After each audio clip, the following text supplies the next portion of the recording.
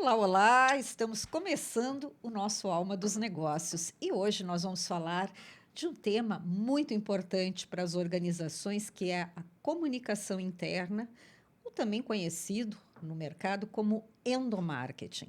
A minha convidada de hoje é a Andressa Brum, CEO da Happy House, uma agência gaúcha especializada neste assunto e hoje uma das 5 maiores do Brasil.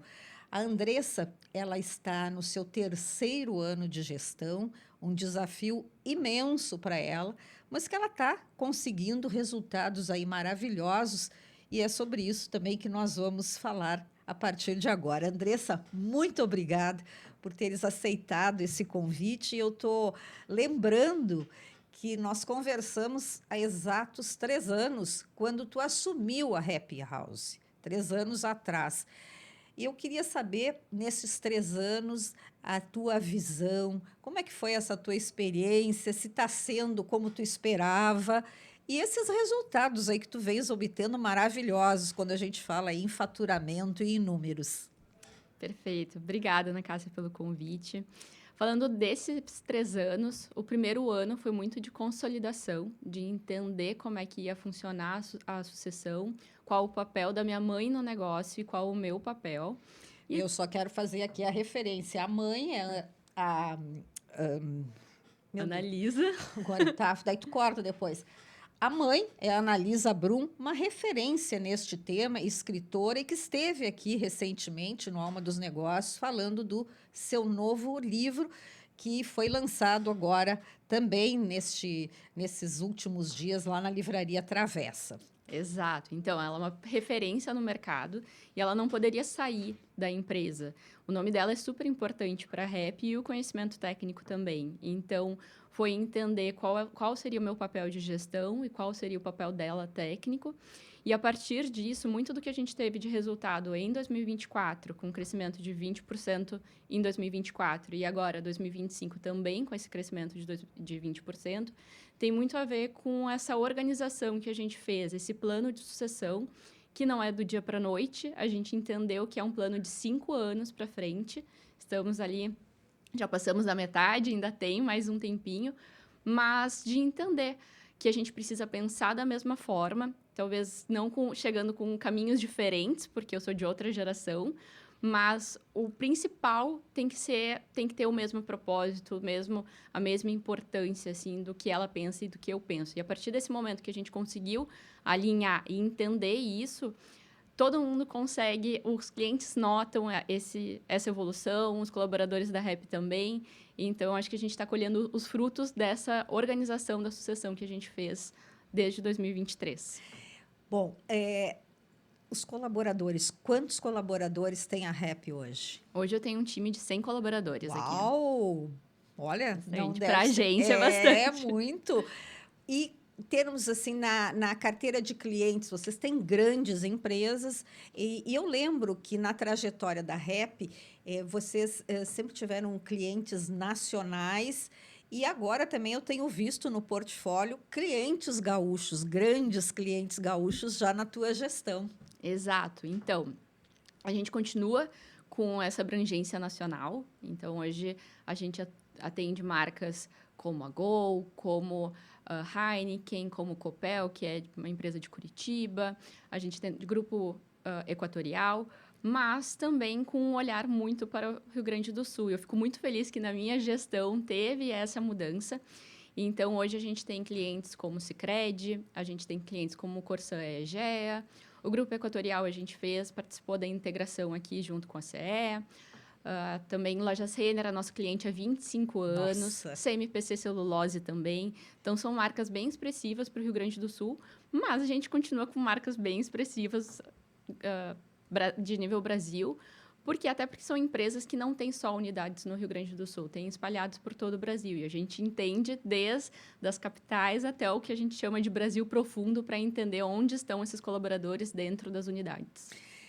Bom, eu tenho acompanhado também a tua trajetória e eu sei que tu participou nos últimos meses de 2 eventos bem importantes em países diferentes, acompanhando Isso. clientes, mas também acompanhando discussões importantes sobre esse tema do endomarketing, employer branding. E o que tu poderias trazer aqui para os nossos ouvintes como destaque dessas tuas viagens e de tendências deste assunto aí tão significativo para a cultura das empresas? Perfeito. Bom, eu também entendi como negócio que a minha mãe é especialista em comunicação interna e endomarketing e que eu ia me especializar em marca empregadora. São assuntos complementares. A marca empregadora, a gente está falando de uma etapa da jornada do colaborador, que é a atração de talentos, porque as empresas estão com mais dificuldade de achar os talentos certos para estarem dentro das empresas e tem muito a ver também com a retenção dos talentos certos estarem ali dentro. Então, eu acabei me desenvolvendo nessa parte e participei, então, esse ano. Primeiro, a gente foi num evento em Londres, com conteúdo técnico e também para receber uma premiação junto com um cliente.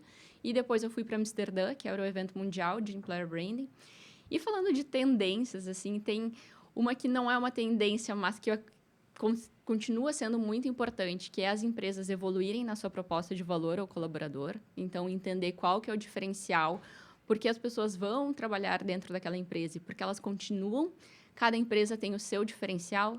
Pode ser remuneração, pode ser benefícios, mas também pode ser clima, pode ser o propósito da empresa. Então, existem vários fatores para as pessoas continuarem trabalhando dentro de uma empresa. E depois, a gente ir trabalhando toda essa proposta dentro da jornada do colaborador. Então, todos os pontos de contato do colaborador, a gente reforçando qual é o diferencial daquela empresa, para não se esquecer, para quando ele for pensar que a grama do vizinho é mais verde, ele lembrar, né, como é que é o lugar onde ele está trabalhando.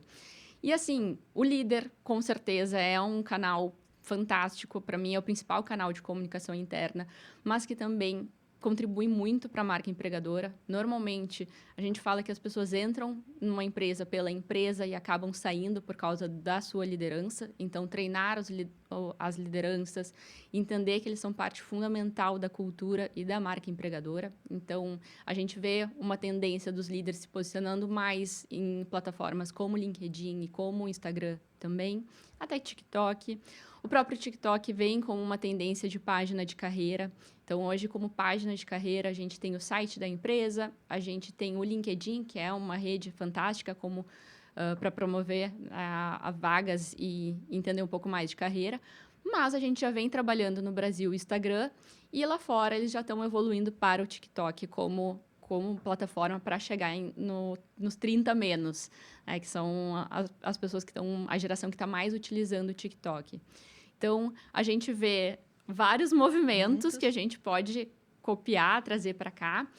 E também a questão de investir mais em mídia, em marketing de recrutamento, no sentido de trazer tráfego pago. Tem algumas questões de divulgar as vagas e chegar nas pessoas. Assim como as marcas fazem para divulgar seus produtos, a gente divulgar as vagas para conseguir fechar elas num menor tempo e com candidatos mais alinhados com a cultura da empresa.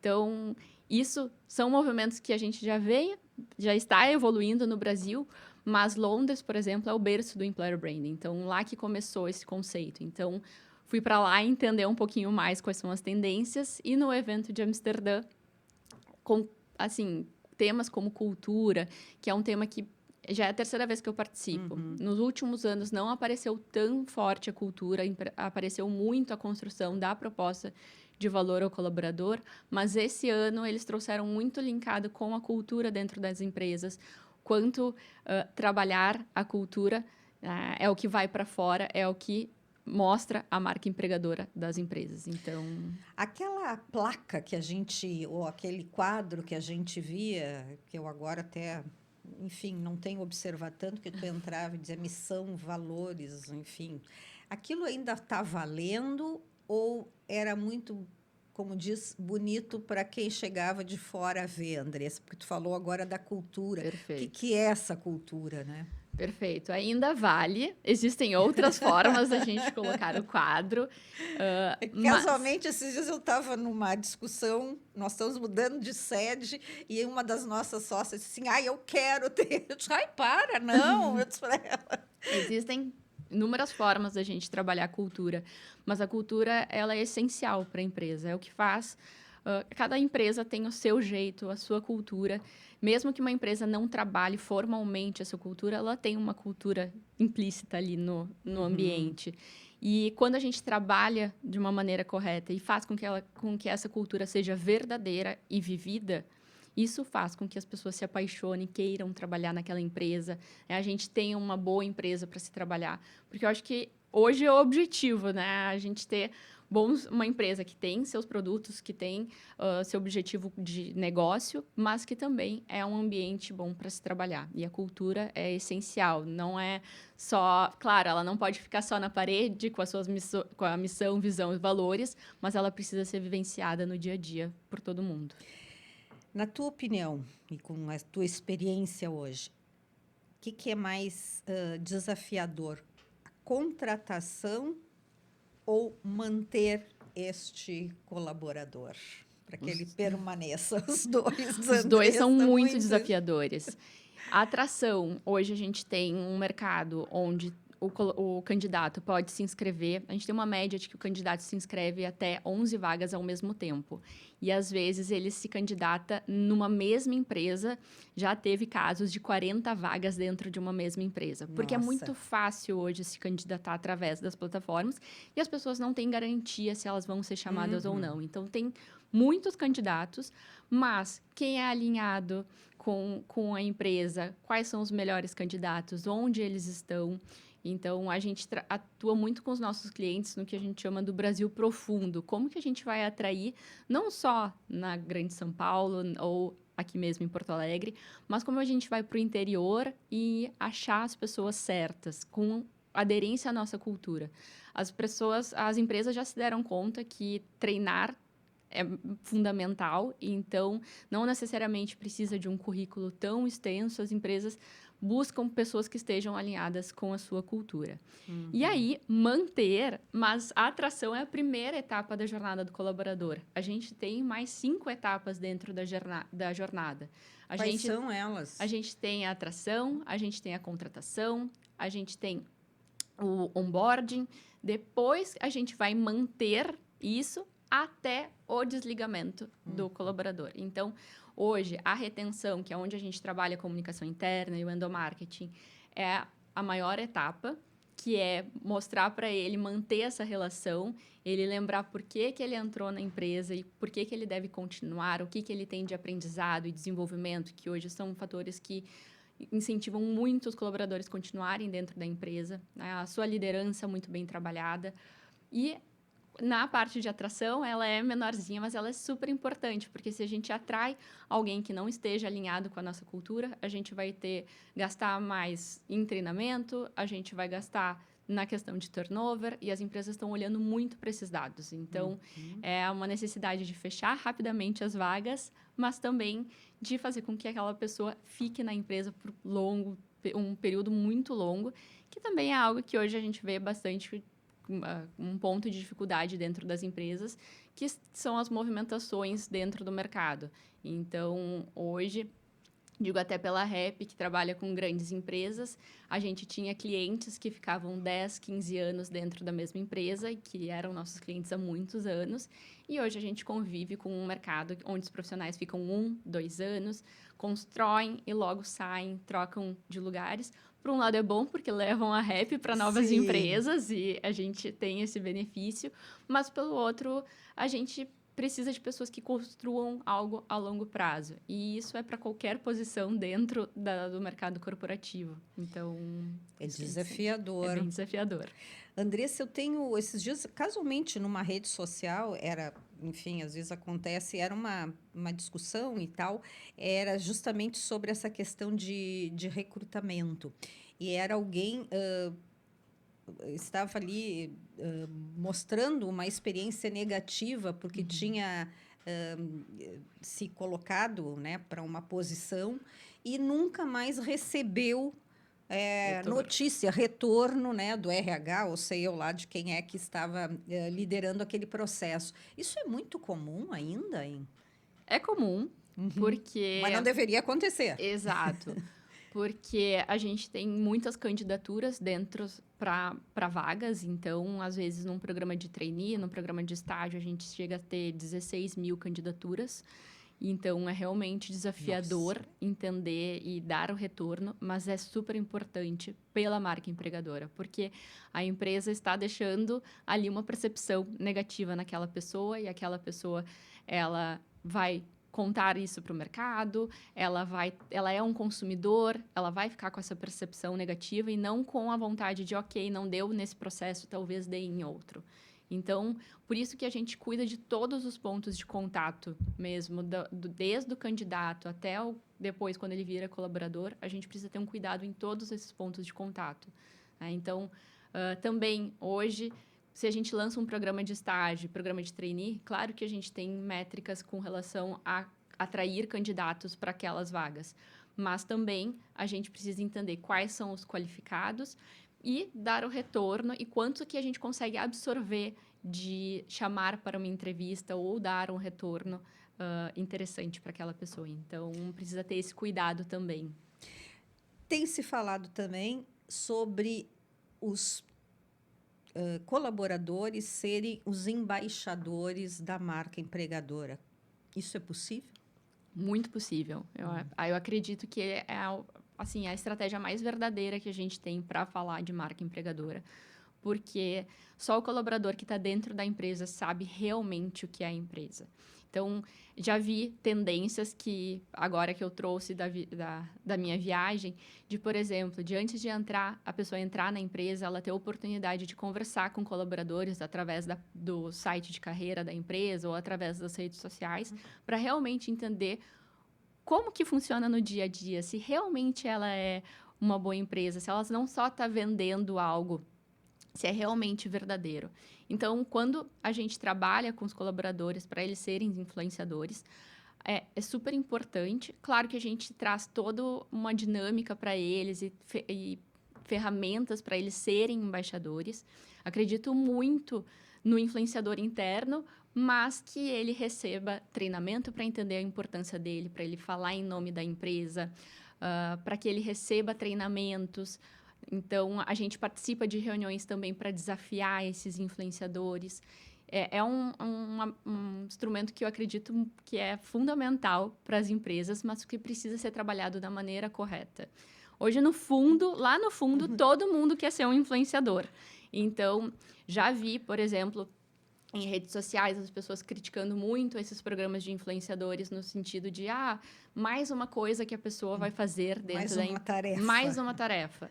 Mas, quando a gente tem um programa bem estruturado, além dessas pessoas terem uma recompensa por elas participarem, e não só uma recompensa financeira, mas com uma recompensa de treinamento, de evolução em comunicação, de parceria com as suas lideranças, a gente precisa ter algo bem estruturado, porque ela vai ser um porta-voz da empresa. E aí, as pessoas lá no fundo, elas querem ser influenciadores. Todos os programas que eu já participei, que a gente criou lá na Rap, no final todo mundo sai muito agradecido e muito feliz e continua sendo um influenciador mesmo com a finalização do programa, porque se a gente está num bom ambiente de se trabalhar, vai ser tranquilo falar sobre ele. Que bacana, então, olha só, eu não tinha bem essa percepção, eu ando lendo assim, mas agora que eu entendi melhor. E a questão das gerações, a chegada dessas novas gerações, a Z e a Alfa, principalmente, elas estão tendo a atenção que merecem por parte das empresas já? Então, eu gosto da Andressa que Então, não é vamos bem lá. Agora, no evento que eu fui em Londres, eles falaram muito sobre a geração alfa. Eu confesso que eu ainda não tinha estudado ainda sobre a geração alfa e eu acredito que a gente já precisa olhar para essa geração. A minha geração, eu sou da geração Y e já está em cargos de liderança, então a gente já tem um número muito elevado dentro do mercado. A gente já tem uma geração Z que já estudamos bastante sobre ela, mas elas estão entrando no mercado de trabalho e é uma geração com características diferentes, são diferentes até para mim, que sou geração Y entender. Tu já tá te sentindo um pouquinho mais sênior, assim? É mesmo? Já, porque hoje, por exemplo, os estagiários dentro da Rap tem 18 anos, a gente já teve estagiária que era TikToker, influenciadora, e a gente tem que lidar com um pouquinho diferente. Imagino. Mas a gente também está olhando bastante para a geração alfa, eles já são 24,4% da população mundial, segundo a pesquisa que a gente viu em Londres. E é uma geração que vem mais evoluída, são os filhos da geração Y. Mas evoluídas em que sentido, Andressa? Vamos lá, Vamos me lá. dá um exemplo bom, pelo menos. Perfeito.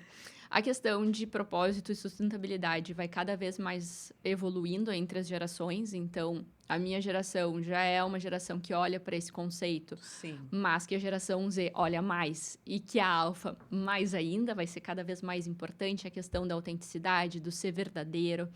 Eles deram um exemplo lá que eu achei fantástico, que é as marcas prometendo, por exemplo, um hambúrguer de tal jeito numa propaganda, que ele foi manipulado, que ele foi pintado, e que as crianças chegam no restaurante e dizem, eu quero o hambúrguer da propaganda. E se não entregarem, eles falam que a marca deveria colocar como ele é na realidade. Eles preferem que a marca seja mais verdadeira, que ela seja autêntica, do que ver algo tão plastificado. Então, elas estão cobrando muito mais das marcas do que as gerações anteriores, de que elas sejam, que realmente seja o que elas dizem, o que elas escrevem, o que mostram nas propagandas seja a realidade, com que elas entrem nas lojas, nos restaurantes e elas recebam aquilo. Então, isso vem aflorando cada vez mais nessas gerações. Claro, acredito assim, a geração Z e a geração alfa ainda tem problemas de comunicação, problemas de relação interpessoal, e eles falam muito sobre a dificuldade de ler o ambiente, que elas têm de pegar coisas no ar, que as outras gerações entendem, não precisa ser tão literal. Então, isso a gente busca treinar as lideranças para que elas consigam apoiar essas novas gerações no sentido da comunicação, no sentido das relações interpessoais, mas são gerações que vêm com qualidades muito fantásticas, com um olhar muito pro fã, na verdade, essa palavra que se falou muito, né, de ser divertido. A plataforma TikTok, ela é uma plataforma que ela se destaca por ser divertida, por leve. Então, isso se estende para outros lugares para falar com essa geração. Precisa ser algo que tenha diversão, que não seja tão chato. Então, mas outro comentário bem interessante sobre a diferença das gerações. Teve um estudo que as gerações elencaram palavras como se fosse a palavra da sua geração. E a geração Z elencou a palavra hashtag, porque é uma geração muito ligada em redes sociais, mas a geração alfa elencou a palavra kindness, né, como gentileza. Então, é uma geração que vem com essa questão de querer ajudar o outro, de querer um mundo melhor. É uma geração que está vendo um mundo complexo. Olha tudo que a gente está vivendo hoje em relação política, de guerras, todas as dificuldades. A gente passou pela pandemia. Também é uma geração que nasceu nesse meio. Então, eles estão muito mais preocupados com esses temas do que as gerações anteriores. Olha, Andressa, nós não podemos ficar 3 anos sem conversar, tá bom? Tu tens que me manter muito atualizada, a mim e aos ouvintes do Alma dos Negócios. O Guilherme Vivian, que está nos acompanhando aqui na Central Técnica, já me deu o sinal e eu preciso agora, então, chamar o comentário da Mariana Ozelami. Olá, Ana Cássia, e um olá especial para você que nos acompanha no Alma dos Negócios. Hoje vamos falar sobre um assunto que assusta, mas que precisa ser compreendido de forma estratégica: crise. Crise é toda situação inesperada que ameaça a reputação, a operação ou até mesmo a sobrevivência de uma empresa. Ela pode vir de todos os lados: erro interno, falha de produto, escândalo nas redes sociais, catástrofes externas. E o que todas essas situações têm em comum? O fator surpresa e o impacto direto na confiança das marcas. É importante entender que a crise não é o fim do mundo. Ela é, na verdade, um grande teste de maturidade. É o momento em que a empresa mostra quem realmente ela é. É possível sim enfrentar uma crise com inteligência e serenidade. O primeiro passo é reconhecer rapidamente que ela existe. Muitas empresas erram em tentar minimizar, negar ou até abafar o caso, o que gera muita desconfiança. O segundo passo é comunicar com clareza e empatia. As pessoas querem respostas, não desculpas vazias. Assumir responsabilidade com honestidade pode virar o jogo. E o terceiro passo é agir com coerência. Não basta um discurso bonito, a atitude precisa acompanhar. Isso vale para corrigir os erros, reparar os danos e principalmente para aprender com a situação. Empresas que enfrentam crises com transparência, ação rápida e muita coerência, muitas vezes saem mais fortes do que entraram. Porque no fim a crise revela o que tem por trás do marketing, os valores que realmente fazem daquela empresa ser o que ela é. Este foi o Reputação em Pauta de hoje. Um abraço a você, Ana Cássia, e a todos que nos acompanham. Obrigada, Mariana. Obrigada, Andressa. O Alma dos Negócios fica por aqui e a semana que vem tem mais.